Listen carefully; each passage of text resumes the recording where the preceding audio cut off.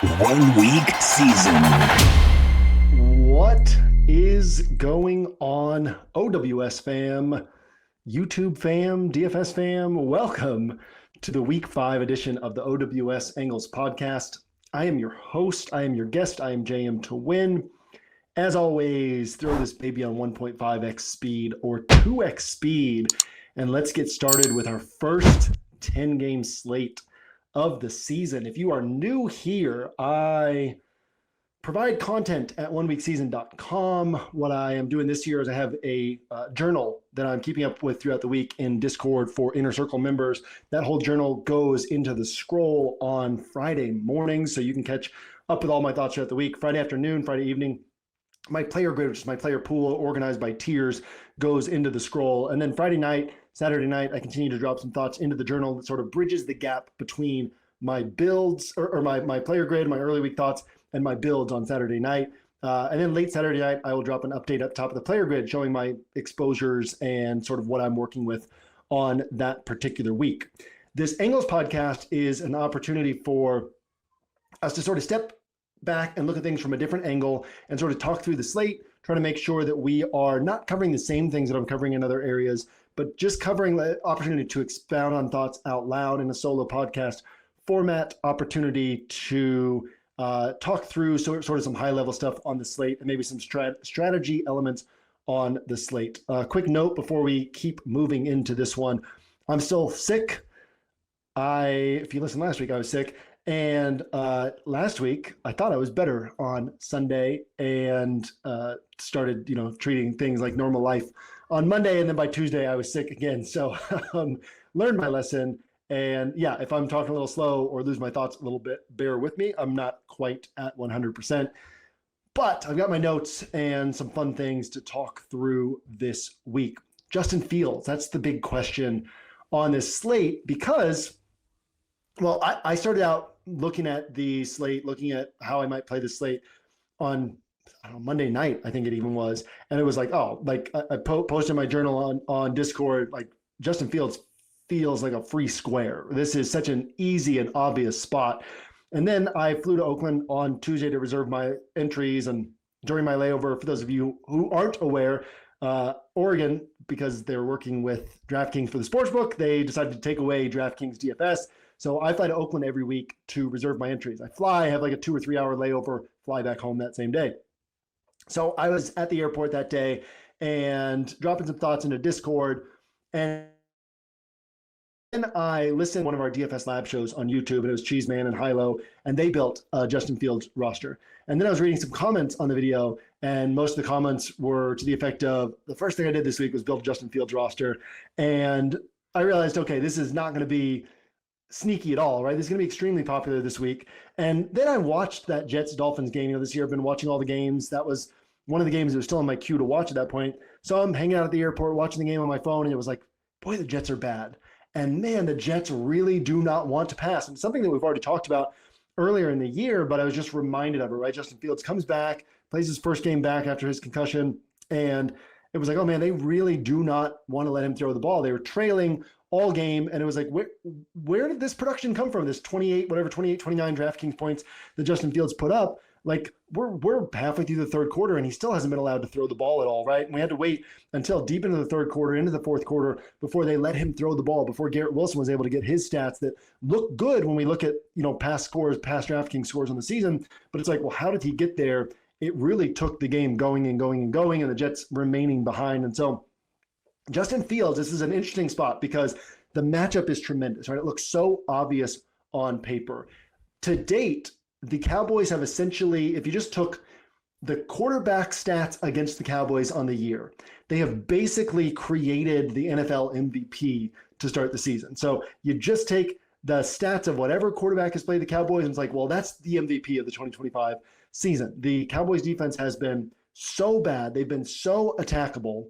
And it just lines up really well for a big game from Justin Fields, especially because the Cowboys offense has been so good as well. But we are dealing with some downside components here. There's the unfortunate state of the Jets, where the Jets are just not trusting Justin Fields, essentially, right? They're basically saying, hey, our way to win games is we are going to keep the ball on the ground. We're going to hide Justin Fields as much as we can. We're going to ideally ask him to throw 18, 20, 22 times a game and hope that he doesn't mess up on those dropbacks, on those attempts.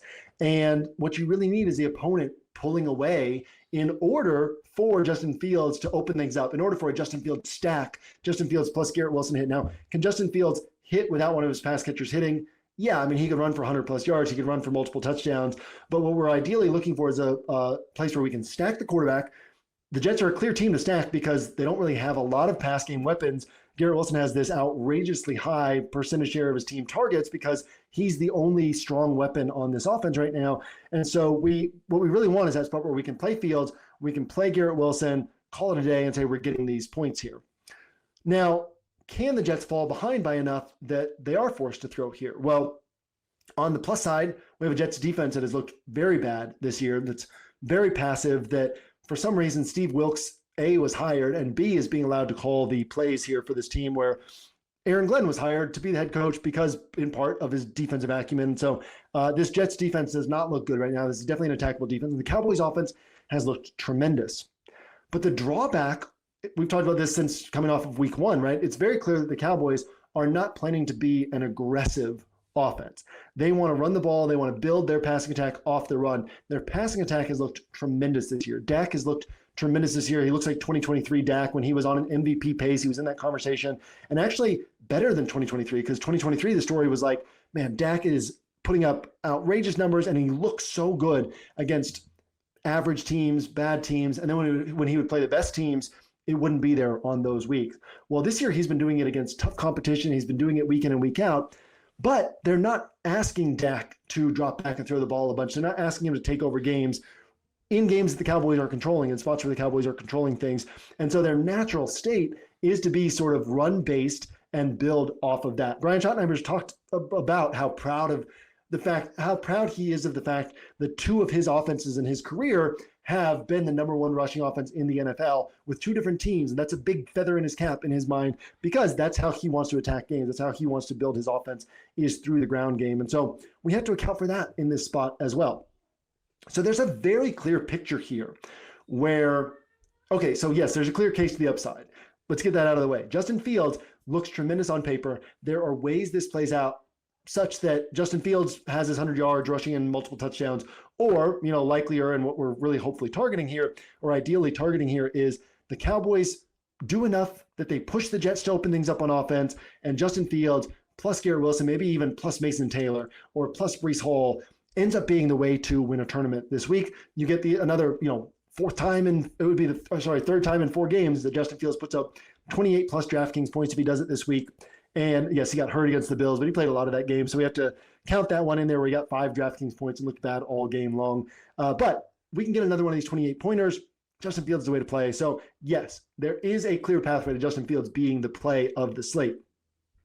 But let's talk about the downside. So the way this plays out to the downside is the Cowboys remain content to be methodical. Now, this is also a game on the road. The Cowboys' big blowups were at home. We saw that in 2023 when Dak was taking the NFL by storm and CeeDee Lamb was taking the NFL by storm. Almost all their big games were at home. It's different for the Cowboys when they're playing on the road. So let's picture this. The Cowboys are playing on the road. They like to run the ball. They like to be in control of the game in that way. The Cowboys take a lead and they're on the road, and the Jets are not being aggressive on offense. The Jets are not being able to get anything big going on offense. And so the Cowboys remain content to be methodical. The Cowboys remain content to be run-based with some short and intermediate passing built off of that, trying to drive the field, 7-minute drives, 6-minute, 7, 8-minute drives, take a bunch of time on the clock, score with the field goal, score with the touchdown, not be too aggressive. You get that 4th and 3 in the red zone. You're not going for it because the Jets are not pushing things on their side of the ball. You're content to take the field goal. And then the Jets are down by 6 points. They're down by 9 points. They're down by 10 points, whatever it is. But they're not down by so much that they're suddenly saying, man, we got to start throwing the ball, right?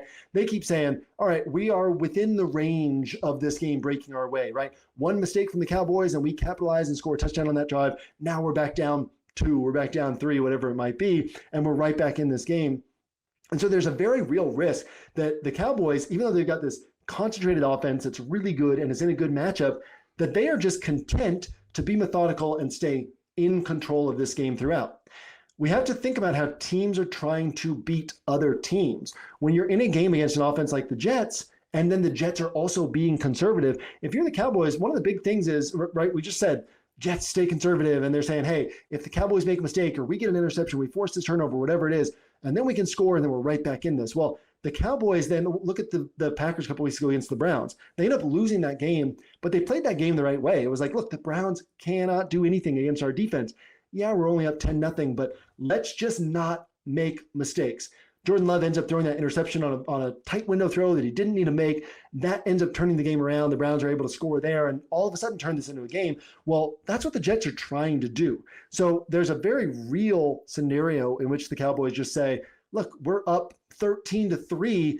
Let's just not make a mistake. Yeah, we could probably drop back and pass and score a bunch of points, but why risk turning the ball over, getting the Jets back in this game? We're in control right now. And what the Jets are trying to do on offense, like, it doesn't scare us, and we're able to stop it. Like, we're able to keep them from scoring touchdowns. And so there is a clear, very clear case to the downside in this spot, which sets up a really interesting slate.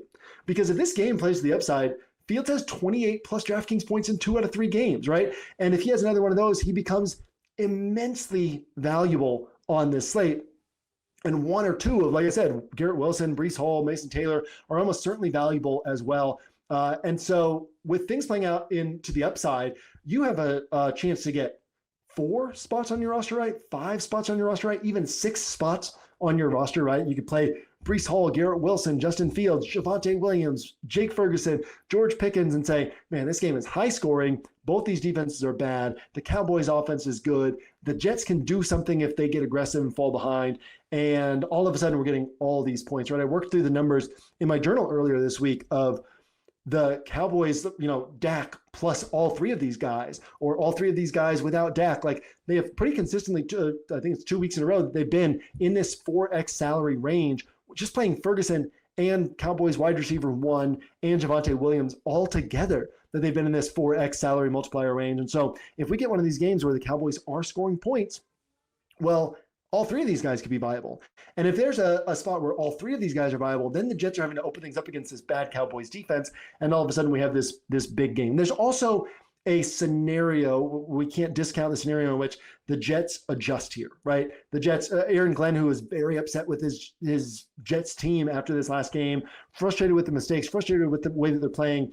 And so there's a very real scenario in which the Jets say, hey, look, we got to do something a little bit different. Let's adjust. Let's come out this week and be a little bit more aggressive. Let's throw the ball a little bit more in the early going against a team that we think we can attack. So we can't discount that possibility as well. Just because we have a 4-week sample of the Jets playing one particular way doesn't mean they can't change that this week, right? They know the Cowboys are watching film, preparing for the way that they've been playing. So there are certainly outs to the upside.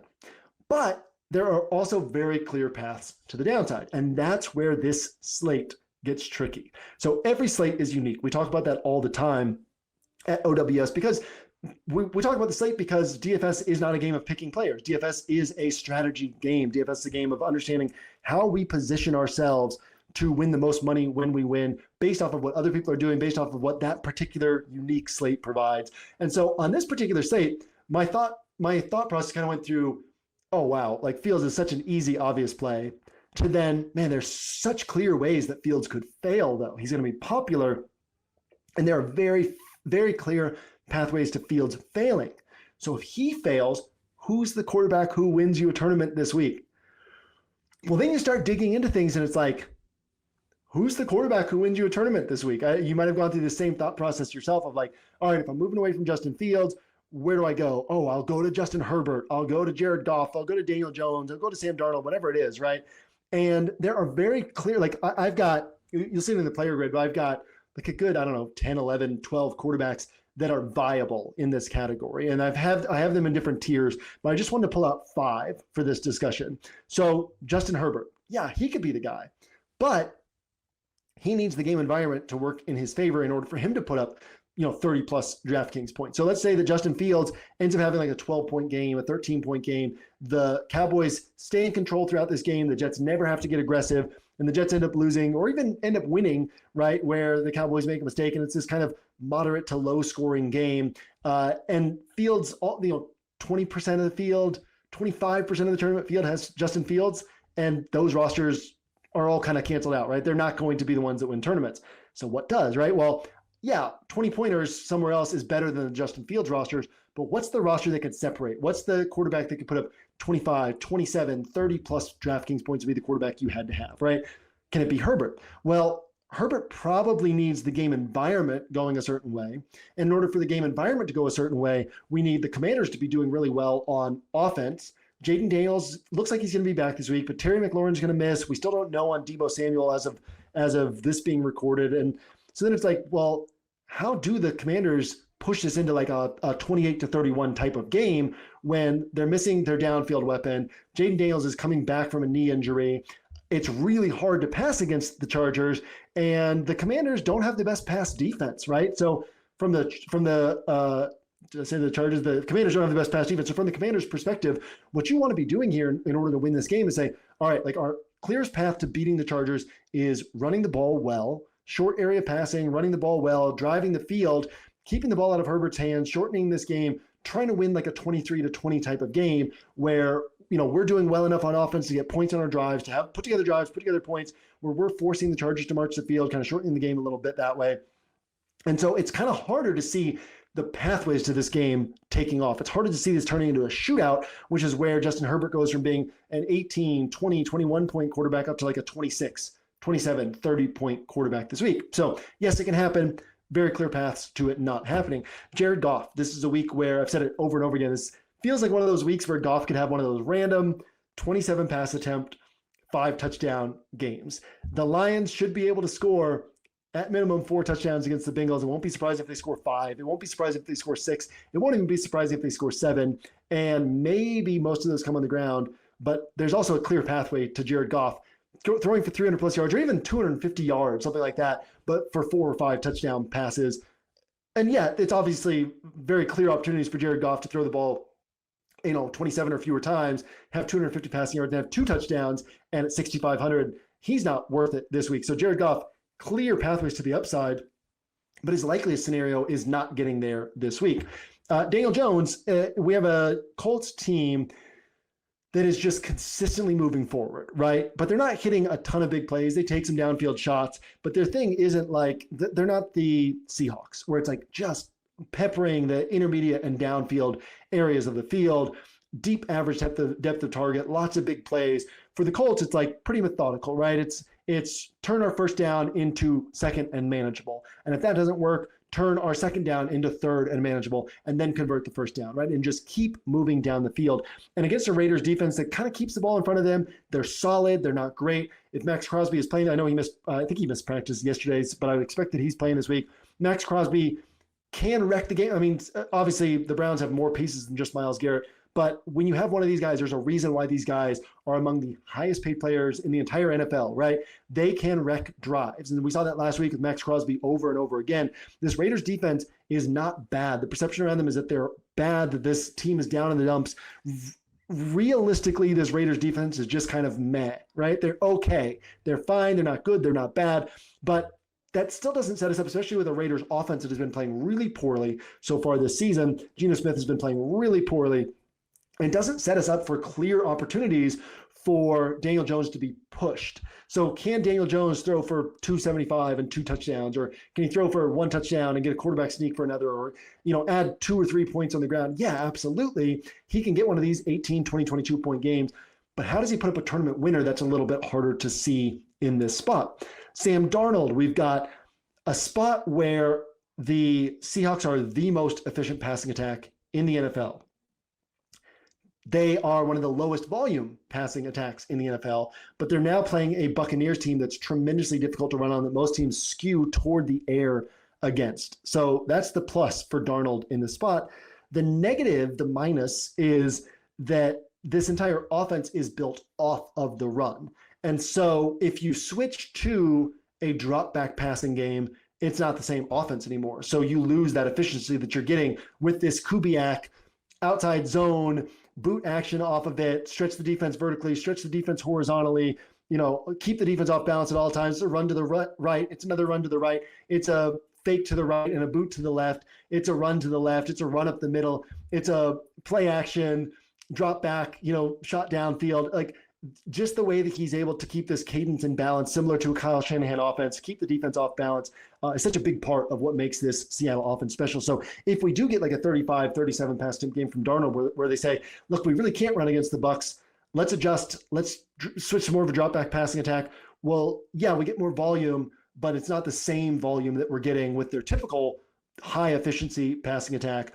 And furthermore, if the Bucs, with all their injuries, playing on the road at Seattle, playing against this tremendous Seattle defense, if the Bucs are not able to push the scoring, it also won't surprise me if the Seahawks say, yeah, the run's not working yet, but everything in our offense builds off the run, so we're going to continue to run the ball, continue to force the Bucs to defend the run, because that's how we're going to hit our bigger plays downfield. And maybe we're going to try to win this game 20-17 or 23-20, as opposed to going for this like high-scoring knockout punch type of game where you're throwing the ball and potentially opening things up to mistakes. So how did the Seahawks try to win this game? It might still be with just their typical style of offense, even against the Bucs team that is really good against the run.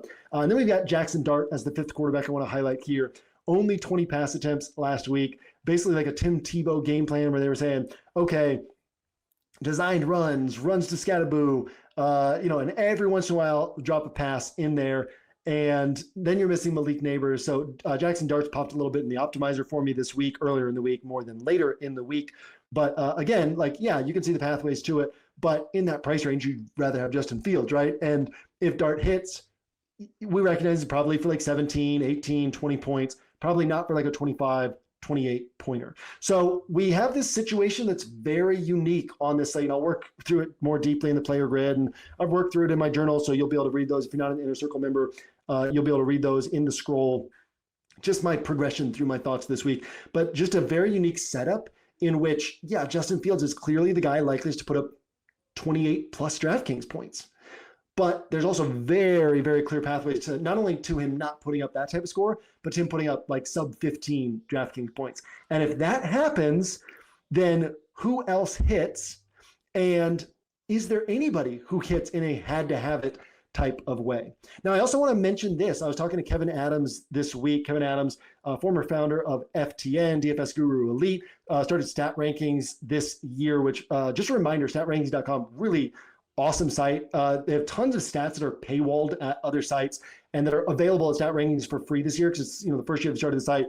And Kevin's been tremendous at building up these types of sites with FTN, with DFS Guru Elite. And basically his thought with Stat Rankings is, let's just make everything free this year and get people using the site. And so really cool opportunity this year to use Stat Rankings for stats that are paywalled in lots of other places. So I just want to shout that out. Completely free this season. All you got to do is sign up completely free. You don't even get any emails or anything. So check out Stat Rankings for your research, because they do have lots of stuff that is paywalled at other sites. But I was talking with Kevin this week, and he had a Malik Neighbors roster that, scored 190 points with Malik Neighbors basically contributing nothing, right? And so he was pretty live to win some tournaments last week, but he gets this dud from Malik Neighbors with the ACL injury, and 190 points goes to waste. So I was telling him, about my roster. I had a roster that finished second place in the face mask this last week for 20K. As is the nature of DFS, it was just shy of that first place finish for 50K, but we'll take it. And so he was like, oh yeah, send me that roster. I want to look at it when you get a chance. And so he sent me his roster. I sent him my roster.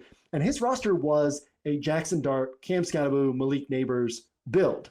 Scored 190 points. And Jackson Dart, Cam Scatterboo, and Malik Neighbors were not the reason it scored 190 points, right? I sent him my roster that finished second in the face mask, and it was a Patrick Mahomes, Xavier Worthy, Tyquan Thornton build. Well, Tyquan Thornton had one catch. He put up 8 points. Xavier Worthy had a really nice game for what we could have expected from him in his first game back, but it was still, I think it was like 16, 17 DraftKings points, right? And Mahomes put up a solid game. So, I got 207, finished second place in a major tournament, got really nice payout. But it wasn't because of my Mahomes, Tyquan, Worthy build, right? They contributed more than Neighbors did, more than that other stack, but they weren't the reason I won a tournament, right? And I think that this could be another week like that, where the stacks don't end up being what wins you a tournament, right? Where Fields disappoints and 25% of rosters are crushed because of that. And the other 75% of builds has this mix and match of lots of different quarterbacks, and everybody's, not in the exact same bucket, but nobody's really separating based on who they picked. So I've spent a lot of time, I'm going to continue to spend a lot of time this week thinking about who could be that quarterback who separates if Fields isn't the one who separates. But also I have to recognize it could be another week like last week where it's just like, okay, just whatever you have, like make sure that you get the good pieces around that stack. And that's how you're going to end up winning this week. So this is a very unique week in that regard. Right now, I'm thinking I've thrown out this number. This is Friday late morning on my end.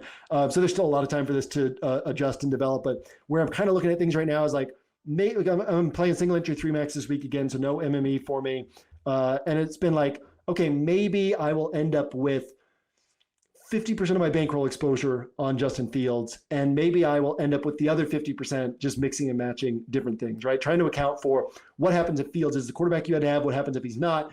In that instance, because Fields is going to be so popular, you don't really get an edge for playing Fields. The best scenario for me would be that no quarterback separates, including Fields, right? That Fields puts up 22 and Garrett Wilson puts up 17 and Breece Hall puts up 16, 17. So any way that I mix and match that, it's fine. It doesn't separate. I'm still clumped up with everything else. And my Herbert rosters do fine. And my Goff rosters do fine. My Kyler rosters do fine. Whoever else I'm playing, they all just sort of do fine. And we're all in the same bucket together after our stacks. And then I can try to win in other places. But that's sort of how I'm looking at things this week. And obviously, at USC, if you're watching on YouTube, you see we got 50% off the rest of season Bink Machine. So that's just like no promo code, just go in. The Bink Machine price has been dropped this week.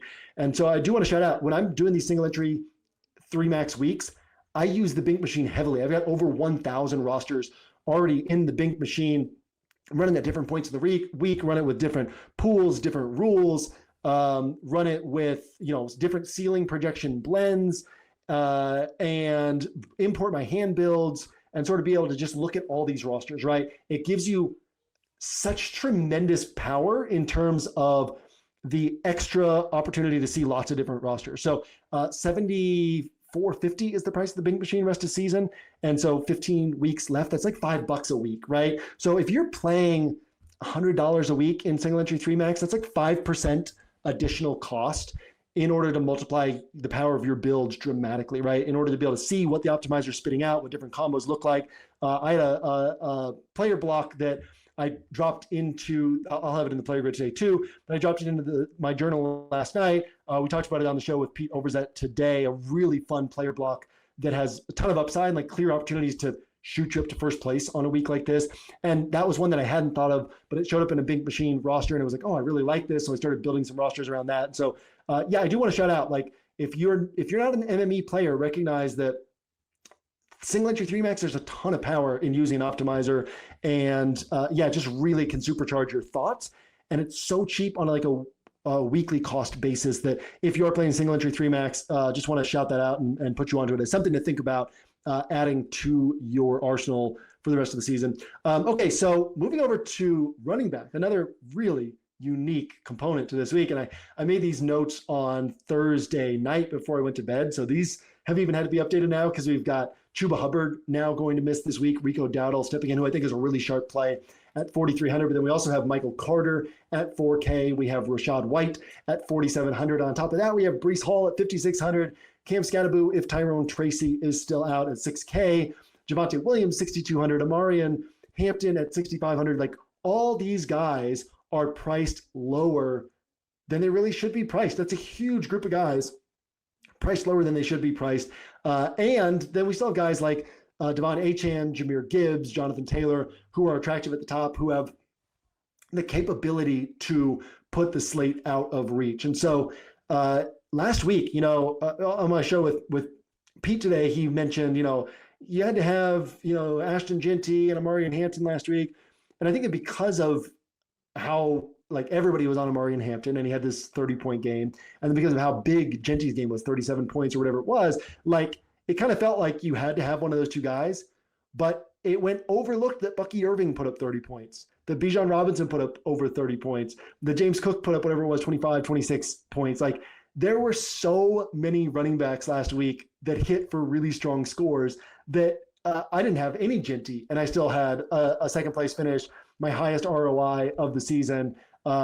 Genty was one of those, as tends to happen for me, that was like back and forth on and off the player grid deep into the week, and finally took him off. I try to pay attention to those things. This week I said on Pete's show that Michael Pittman's been on and off my player grid this week. So maybe just go play Michael Pittman and win all the money. But yeah, so I think this could be another week like that at running back where we could spend all this time thinking about who to play at running back. And then it's like, there were tons of good plays, right? Like just mix and match them. And so for me, as I've been building this week and building all these different rosters and all these different like player pools and combinations and trying different things, like I've had rosters that have had, and again, this is pre-Rico Dowdle news. I think Dowdle, I rank him above Michael Carter. But I've had rosters that were like Michael Carter and Rachaad White, and I loved the roster. I've had rosters that were Devon Achane and Jahmyr Gibbs, and I loved the roster just based on what I'm doing in the other parts of my roster. And so this is a week where I'm not necessarily overthinking things at running back because, yeah, some of these guys won't hit, but in our ability on this side of Sunday to predict what's going to happen, I don't see clear edges in terms of like salary spent and production expectations on this particular week. There is often a case in PPR scoring to say, well, if you've got cheap guys stepping in with clear roles, Rico Dowdle and Rachaad White in particular, you could say, well, we don't know about Rachaad White because of Sean Tucker. It seems to me pretty clear that Rachaad White is still kind of the lead guy in that backfield. Michael Carter is the biggest question mark because he was on the practice squad last week. And yes, he stepped into the lead role down the stretch last year when Benson and James Conner were both out, but that was DJ Dallas was the pass catching back last year. Now it's Amari DiMercado right now, who they like more than they liked DJ Dallas. And so I could see DiMercado mixing in. They've got Bam Knight also in the mix. And so Michael Carter has a greater chance than these other guys of being a trap. Rico Dowdle has the lowest chance of being a trap. And he and Chuba have combined for 19.3 DraftKings points per game this year. And Trevor Etienne's not a guy that they really trust, so it should be primarily Dowdle stepping in and pretty good shot at, 14, 15, 16 plus DraftKings points, and it won't be a shock if he puts up 20 plus. Rachaad White, bad matchup. He's not great on the ground, but he's such a big part of the passing attack. The Rachaad White and Bucky Irving have averaged almost 7 catches per game between them. So again, Sean Tucker will be in a little bit, but Rachaad White, that's sort of his role, right? Is catching those passes. They're still down Mike Evans. They're in this match against a tough Seattle secondary. So there is a case on a typical week to say, man, just play Rachaad White, play Rico Dowdle. We're paying $9K for 2 running backs. We used to pay $9K for Christian McCaffrey, and these 2 guys will combine for a Christian McCaffrey-esque score or better on this particular week. And then you've got all this salary to spend at pass catcher, which brings us to pass catcher, where really piggybacking off of the state of the quarterback position, there's not a lot to love at wide receiver, right? And so, yeah, JSN up here, not a great matchup. And his like yards per route run, targets per route run, like he's basically Puka Nacua this year, except with way lower volume for this passing attack, right? Like he's as central to the Seahawks passing attack and as good in that passing attack as Puka is with the Rams and in his, but the Seahawks just don't throw as much. So if they throw more this week, then it is a good spot for JSN. I see him more as a floor play than a ceiling play. And what I mean by that is like you can play him and feel pretty comfortable and confident that he's going to get the 15, 18, 20, 21, 22 points. And he doesn't have super clear pathways this week to a 30-pointer. He's capable of it. He's good enough to do it. The offense is good enough to do it. So I'm certainly on board with JSN this week, but it's like he doesn't pop, right? Amon-Ra St. Brown, yeah, he can do it against Cincinnati because the Lions can score 5, 6, 7 touchdowns. He could get 2 or 3 of them, but it's hard to see him getting more than 7 or 8 targets. And that's a pretty hefty price tag to pay for a guy that you think is probably going to get 7 or 8 targets. Now, how does Amon-Ra St. Brown get more than that? The Bengals play well and make a game of this, and the Lions have to stay aggressive, like really aggressive in order to score points. That would also take the Bengals shutting down the run. I don't know how it happens, but Bengals probably don't shut down the Lions run game. But Jamar Chase, 7,800, like you can mix him in a scenario where you're like, yeah, the Bengals are figuring things out against this tough Lions defense, this aggressive Lions defense, and that's where you go. But my point is, there's not a lot to love at the higher ends of the wide receiver price range. I like the Lions offense, so I'll have Amon-Ra St. Brown this week. I like JSN, so I'll have him this week. But my point is, like, in PPR scoring, there's a strong math case to be made to say when there's 2 cheap running backs like this, just take them and then just take wideouts, right? But then we get down to like the 6K price range, and there's plenty to like down here where you have Quentin Johnston, who, again, should be priced much closer to 7K at this point. Teteroa McMillan, who is a 7K wide receiver in terms of talent. He has Bryce Young throwing to him, so who knows if he ever gets to that price tag this year. But Teteroa McMillan certainly has the ceiling. Jacoby Myers in a spot where no Kenny, who I'm trying to say Kenny Clark or Kenny Albert. Whatever it is, the Colts are missing their best, Kenny Moore. Colts are missing their best cornerback, and then Xavier Howard, who has been getting picked on this year, but Xavier Howard just retired abruptly. Like, this is not a great secondary for the Colts, and the Raiders should be trailing this one. So Jacoby Myers is in the mix. Marvin Harrison Jr., who I think, we got this huge team total on the Cardinals, and then they're down their top 2 running backs, and Marvin Harrison Jr., like, there was this cascade of relief on his body when he scored that touchdown. That if you watch that game, he made multiple mistakes, led to multiple interceptions, miscommunications, which has been an issue with him and Kyler ever since he came into the league, where he's running the wrong route, the different route than Kyler's expecting him to run, which, to be clear, it doesn't mean he doesn't know the playbook. A lot of these are choice routes where you're reading the defense, the quarterback and the wide receiver are supposed to be on the same page and run a certain route based on what the defense is doing. They've not been on the same page, right? And then, fans were booing him at one point, and then he has this, touchdown in the end zone where he mosses the defender, catches this touchdown, and then he just kind of dropped to one knee and planted his head in his arm and just stayed there for a few seconds of it just felt like relief of man, finally, right? Finally something went right. Well, in a game like this against Tennessee, for a team like the Cardinals that does have playoff aspirations, it would make sense for them to say, hey, let's try to build on that. Let's try to feed Marvin Harrison Jr. here. So I think 10 plus targets is certainly within the realm of possibilities here for him.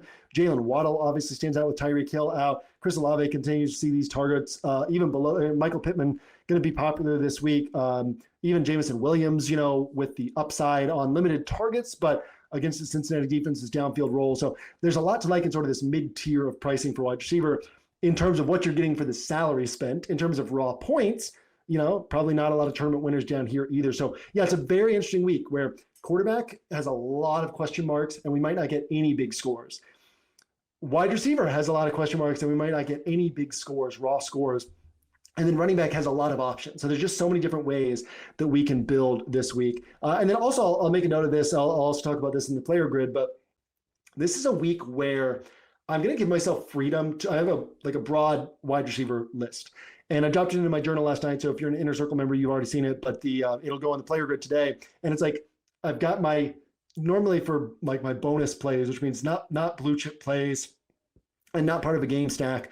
I've got my tier 1 bonus and my tier 2 bonus. And tier 1 bonus is what I'm looking toward primarily in single entry 3 max. And then tier 2 is larger field stuff.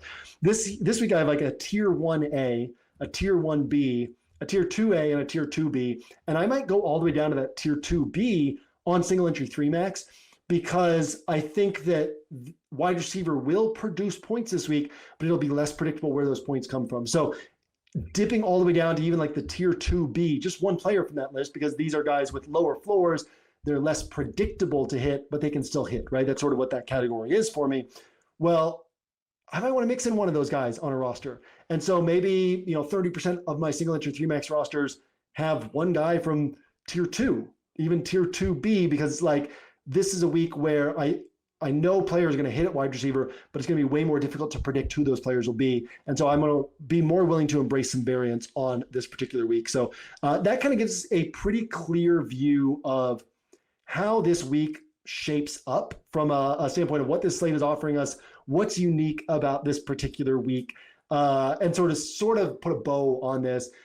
For me, if I'm playing the Cowboys and Jets, I want to think about how I will win with that stack. In other words, doing that stack differently, Fields, 2 Jets pieces, 3 Cowboys pieces, or Javonte Williams on these stacks where people are going to be going to the pass catchers instead, adding Mason Taylor onto one of these stacks, right? How I'm doing it differently, or if I'm playing it straightforward, if it's Fields, Garrett Wilson, Jake Ferguson, Fields, Garrett Wilson, CeeDee Lamb, what am I doing differently away from that stack? I don't want to do that and then add in, I don't know, just throwing some names out there that'll be popular this week. But I don't want to add in Chris Olave and Devon Achane and Rashad White or Rico Dowdle. Like, I don't want to play it just completely straightforward across the board because then I'm not giving myself that edge toward first place. Yes, finishing in first place in the DFS, like this does not impact what happens on the field, right? But we're trying to think about the high variance nature of an NFL game and recognize that over time, if we just always play things straightforward, always do the same things as the field, well, on the weeks when those hit, our chances of winning first place are very low. And most weeks, what everybody expects to happen doesn't happen. And so just always positioning yourselves a little bit differently than the field, even on weeks where we really think what everybody thinks is going to happen, we also think is going to happen. Even on those weeks, we want to do something differently in order to account for how we actually get to first place in a tournament.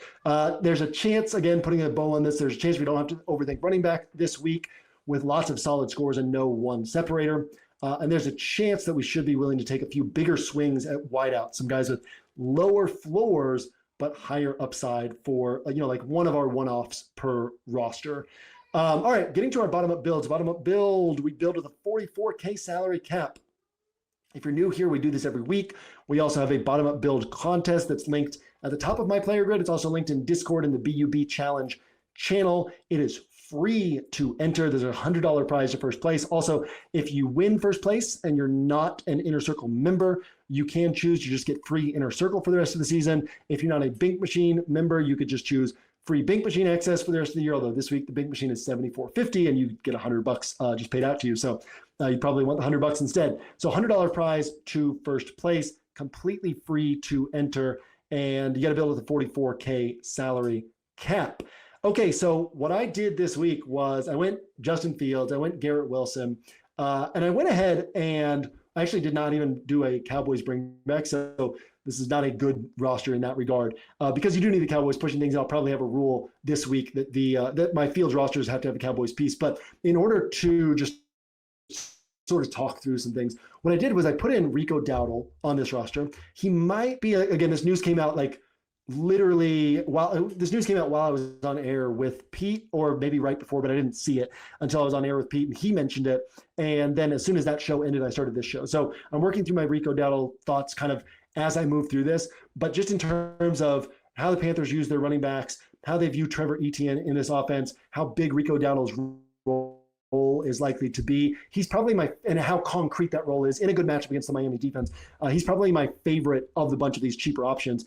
So I put Rico Dowdle on here, but that also allowed me to go to Jahmyr Gibbs, which allows me to basically say, I think someone from the Lions puts up a big game. I think they score 5 or 6 touchdowns, and whoever those touchdowns concentrate on, I want exposure. And in a 44K salary cap contest, most people will not be paying up over 7K for a player. And if they are, they're probably paying up for HN, they're probably paying up for JSN. So getting Jahmyr Gibbs on this roster, just thinking strategically, right? Like, how would we think strategically about this roster if everyone were working with a 44K salary cap? Gibbs was a fun way to do this. Also, late news that Alec Pierce is going to be out this week.